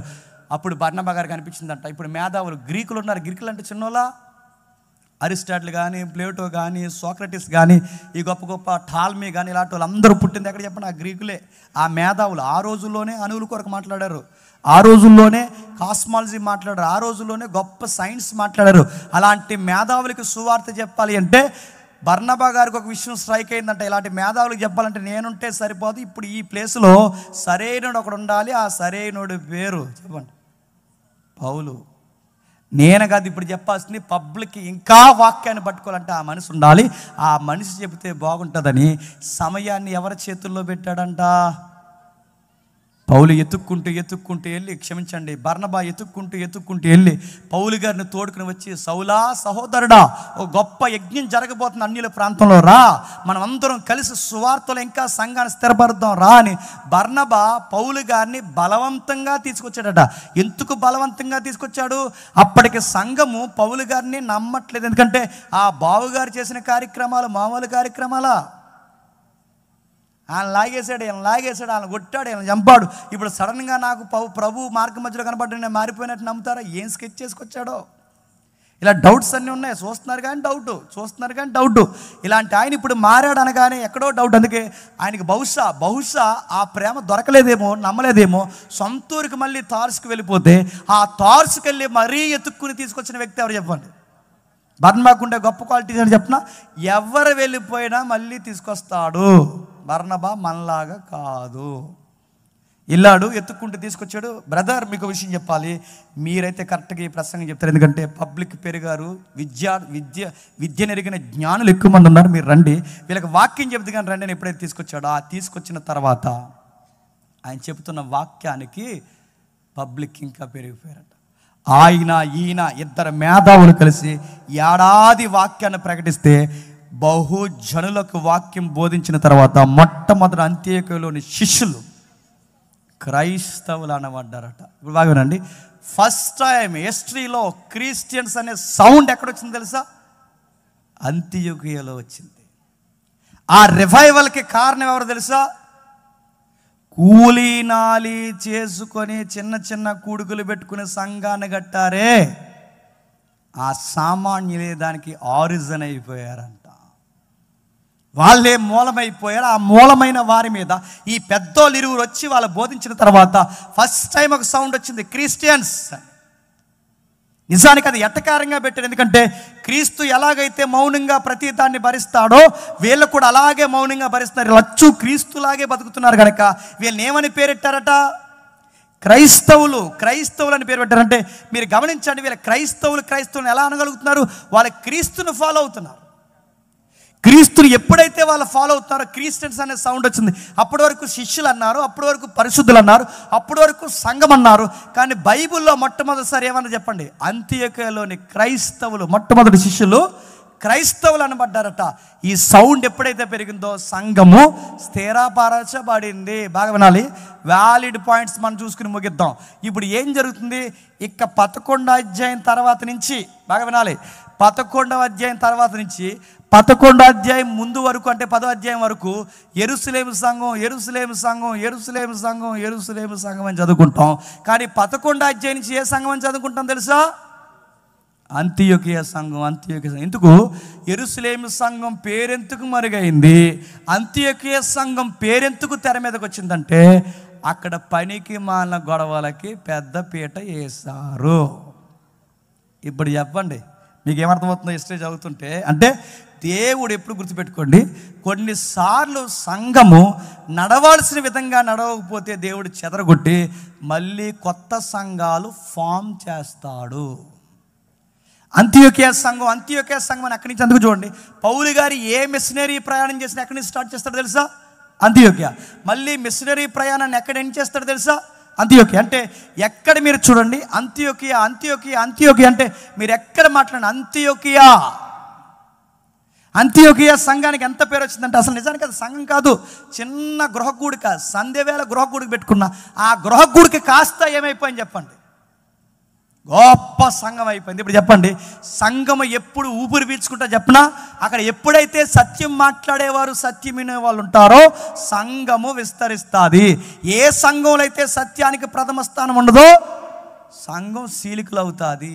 ఇక్కడ ఉండాల్సిన వెలుగు చెప్పండి మరొక చిన్న సంఘానికి దేవుడు పంపించేశాడు. ఏమైంది? కింద చెప్తున్నాడు చూడండి. ఆ దినముల్లో ప్రవక్తలు యెరూషలేము నుండి అంతియోకియాకు వచ్చిరి. వారిలో అగబ్బను ఒక నిలబడి భూలోకం అంతటా గొప్ప కరువు రాబోచున్నదని ఆత్మహత్య సూచించాను. ఏమని చెప్తున్నా చూడండి, ఎక్కడి నుంచి వచ్చారట? యెరూషలేము నుండి అంతియోకియా. నిజానికి ప్రవక్తలు ఎక్కడి నుంచి రావాలండి? ఎక్కడికి వెళ్ళాలి చెప్పండి? యెరూషలేముకి వెళ్ళాలి. కానీ ఎక్కడెక్కడున్న వాళ్ళందరూ యెరూషలేములో ఉన్న ప్రవక్తలు కూడా ఎక్కడికి వస్తున్నారట? దీన్ని బట్టి మీకు ఏమర్థం అవుతుంది? అంతియోకియా సంఘానికి ప్రవక్తలు వచ్చారు, అంతియోకియా సంఘానికి పౌలు లాంటి వ్యక్తులు వచ్చారు, అంతియోకియా సంఘానికి బర్నబా లాంటి గొప్ప వ్యక్తులు వచ్చారు, అంతియోకియా సంఘానికి గొప్ప గొప్ప దర్శనాలు ప్రవచనాలు చెబుతున్నారు. చివరికి కరువు రాబోతుంది దేశాల కన్నా గొప్ప ముంగుర్తు వార్త కూడా ఏ సంఘం చెప్తుందంట? అసలు ఈ వండర్స్ అన్ని ఎక్కడ జరగాలి చెప్పండి? యెరూషలేములో ఎందుకు జరగట్లేదు చెప్పండి? అక్కడ భోజనాలు కాడ గొడవ, తినది ఎక్కువైపోయింది, మొత్తం ఎక్కువైపోయింది, కలునెత్తికి ఎక్కువైపోయినాయి, ఎక్కడికెక్కడ గొడవలా. నువ్వు ఇదిరా చిన్నోళ్ళని పేదోళ్ళని చూడడం మానేస్తారు, అవసరాలు అక్కర తీర్చడం మానేస్తారు, నాదని కొట్టుకునే మనుషులు ఎక్కువైపోయారు. కనుక ప్రేమ అనురాగం ఇతరులను పట్టించుకోలేని నాయకత్వాలు లేని చోట అపోస్తుల నుంచి దేవుడు ఏం చేశాడు చెప్పండి? మిగిలిన వారిని చెదరగొట్టేశాడు. ఎప్పుడైతే వాళ్ళని చెదరగొట్టేశారో ఈ చెదిరిపోయిన వారు వచ్చి సంఘంగా ఫామ్ అయితే వాళ్ళందరూ ఎంత ఎత్తుకెదిగారో చూడండి. 30 వచనంలో వారు అలాగూ చేసి బర్నబా సౌలను వారి చేత పెద్దల యొద్దకు వారి సంధాన్ని పోగు చేసి పంపించారంట. ఈ భాగమేనండి. కూలీ నాలి చేసుకునే చిన్న చిన్న మనుషులు సంధాన్ని పోగేసి ఏ స్థాయికి పంపుతున్నారంటే యెరూషలేముకు యూదయ ప్రాంతంలో ఉన్న ఆ సంఘానికి కూడా సహాయం పంపుతున్నారంటే వీళ్ళ ఫైనాన్షియల్గా ఎదిగారు చెప్పండి, యూనిటీగా ఎదిగారు, సత్యము ట్రూత్లో వాళ్ళు స్థిరంగా ఉండడంలో ఎదిగారు. ఒక్కటి కాదు, అన్ని సెక్టార్లో సంఘం అదిరిపోయింది. ఇప్పుడు చెప్పండి, ఆర్థికంగా ఆత్మీయంగా అన్ని విషయంలో సంఘం ఎదగాలి అంటే ఆత్మదేవుడు ఉండాలి. ఆత్మదేవుడు ఉన్న దగ్గర ఆత్మదేవుడు చెబుతున్న వాక్యాన్ని వినేవాళ్ళు బలంగా ఉండాలి. ఎప్పుడైతే ఈ వాక్యం వినేవారు ఉంటారో సంఘం అభివృద్ధి పొందుతుంది. ఎంత ఎత్తుకు ఎదిగారో చూడండి. నేను ముగించేస్తున్నాను. 13వ అధ్యాయం మొదటి వచనం. అంతియోకులోని సంఘము బర్నబా, నిగేరు అనబడిన సుమయోను, కురేనీయుడైన లూకియా, శత్రుద్ధాధిపతి అయిన ఏరోతో కూడా పెంచబడిన మనయేను, సౌలను, ప్రవక్తులు, బోధకులు, ఎన్ని కేటగిరీస్ ఉన్నాయి చూడండి. ఫినేకు ఉన్నారు, కొప్రా ఉన్నారు, అంత్యోకి ఉన్నారు, గ్రీకులు ఉన్నారు, రకరకాల మనుషులు ఉన్నారు. ఇక్కడికి వచ్చేసరికి బర్నబా, నిగేరు అనబడిన సీమోను. నిగేరు అంటే నీగ్రోస్, నల్లజాతీయులు ఉంటారుగా, పళ్ళు తప్ప ఇంకేం కనబడవు. ఆ నీగ్రోస్ ఆఫ్రికా నుంచి కూడా వస్తున్నారంటే ఈ సంఘానికి. ఇంకా కురేనీయుడైన లూకియా, బహుశా డాక్టర్ గారు అనుకుంటా, డాక్టర్లు. ఇంకెవరున్నారు? శత్రుద్ధాధిపతి అంటే 4వ గవర్నర్ ఎవరైతే ఉన్నారో, గవర్నర్తో పెంచబడిన, అంటే governor family member. Governor family members కూడా ఎక్కడికి వస్తున్నారట? సంఘానికి.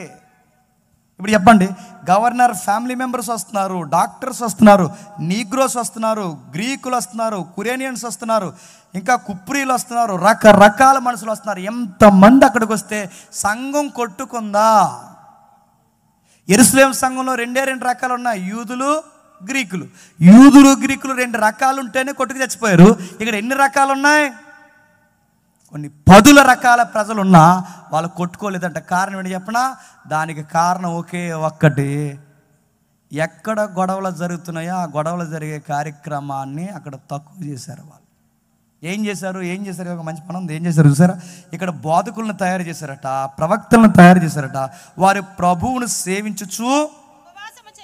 ఇప్పుడు చెప్పండి, యెరూషలేము సంఘంలో మాట్లాడితే భోజనాలు, అంత్యోక సంఘంలో మాట్లాడితే చెప్పండి ఉపవాస గుడుకులు. ఇప్పుడు చెప్పండి, మనం మాట్లాడితే సంఘం బాగుండాలంటే ఏ గుడుకులు పెట్టుకోవాలి చెప్పండి? సరిగ్గా 31st ఏమంటారు చెప్పండి?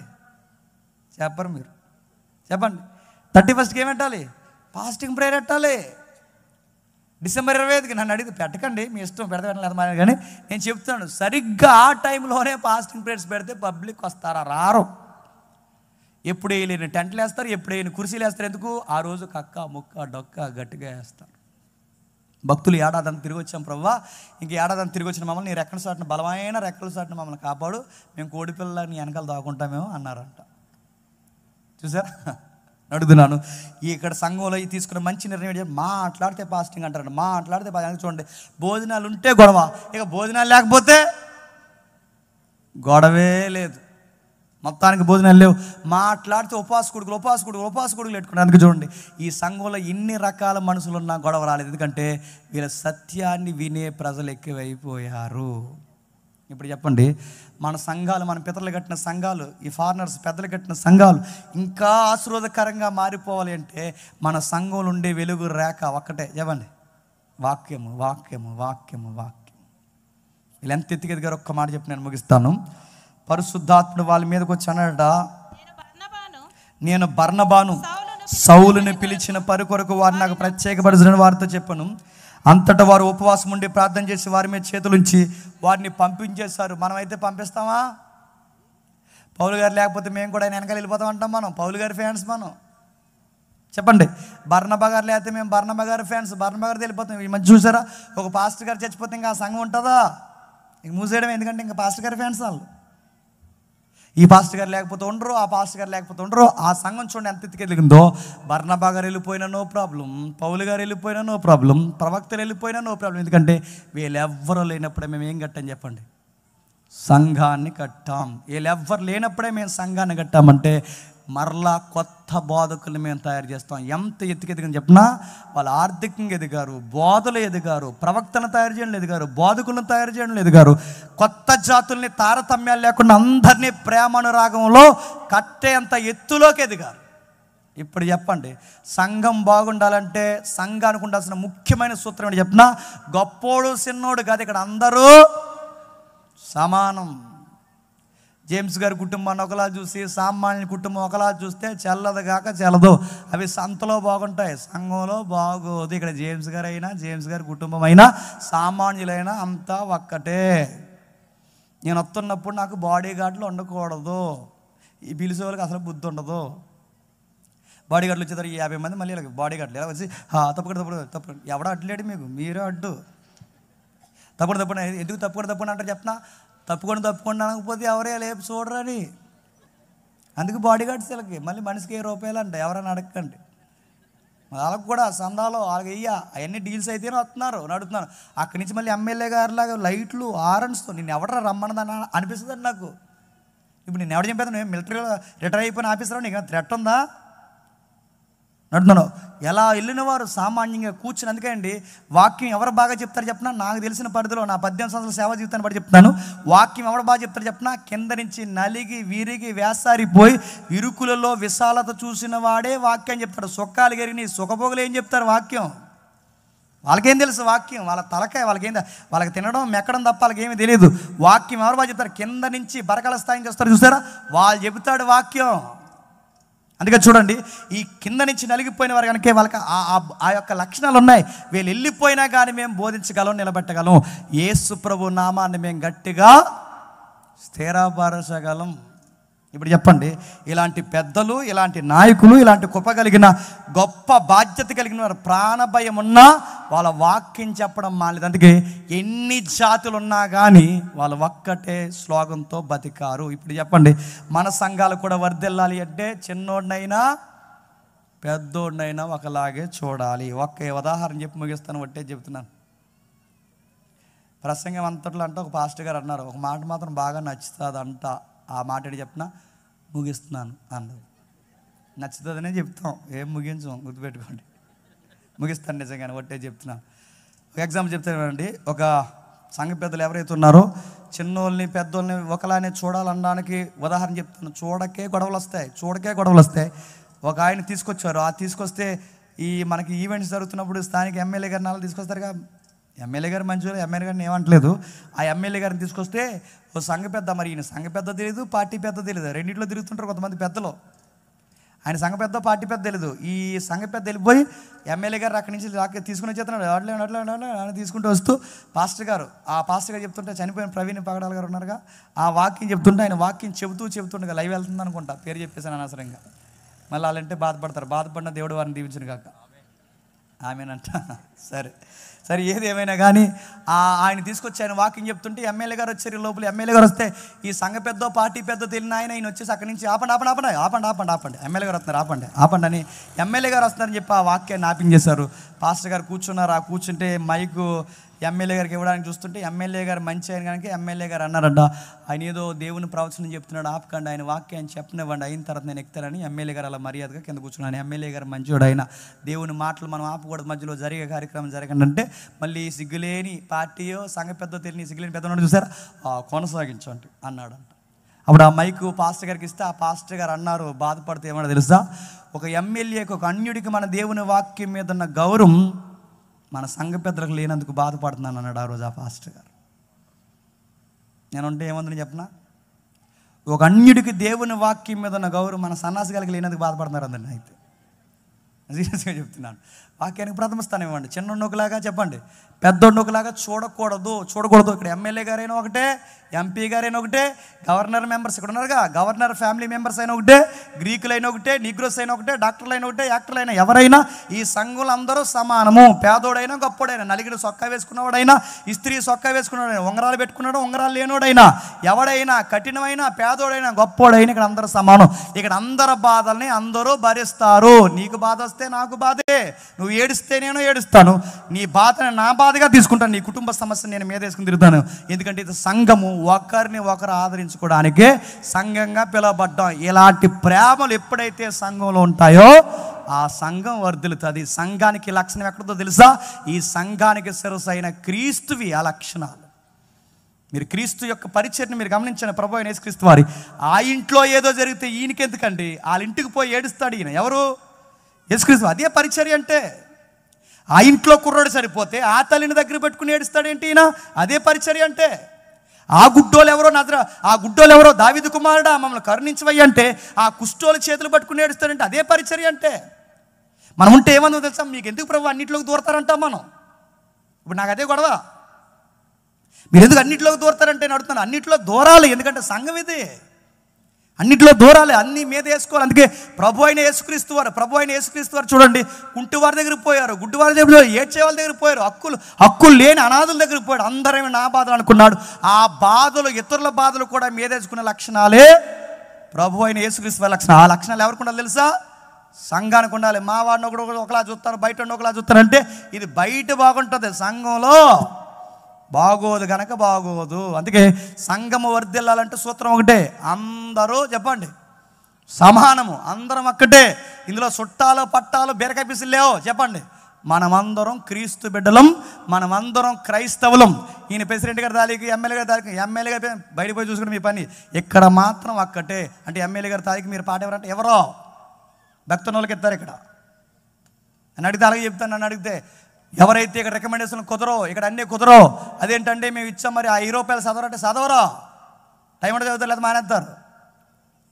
నన్ను చదువు నడుతున్నాను. గ్రీటింగ్స్లో ఒక ఆయన గ్రీటింగ్ చెప్పమని ఇచ్చారు, గ్రీటింగ్ మానేసాడు, ప్రసంగం చెప్పాడు. ఆయన గ్రీటింగ్ ప్రసంగం అర్థం అవుతుంది, ఏమనలేము ఆయన్ని. ఆ సీఏ ఆయన అక్కడ ఉన్నాళ్ళండి చేస్తున్నాడు, పేరు అడగండి, మీకు అయ్యే దురసేతలు ఎక్కువ.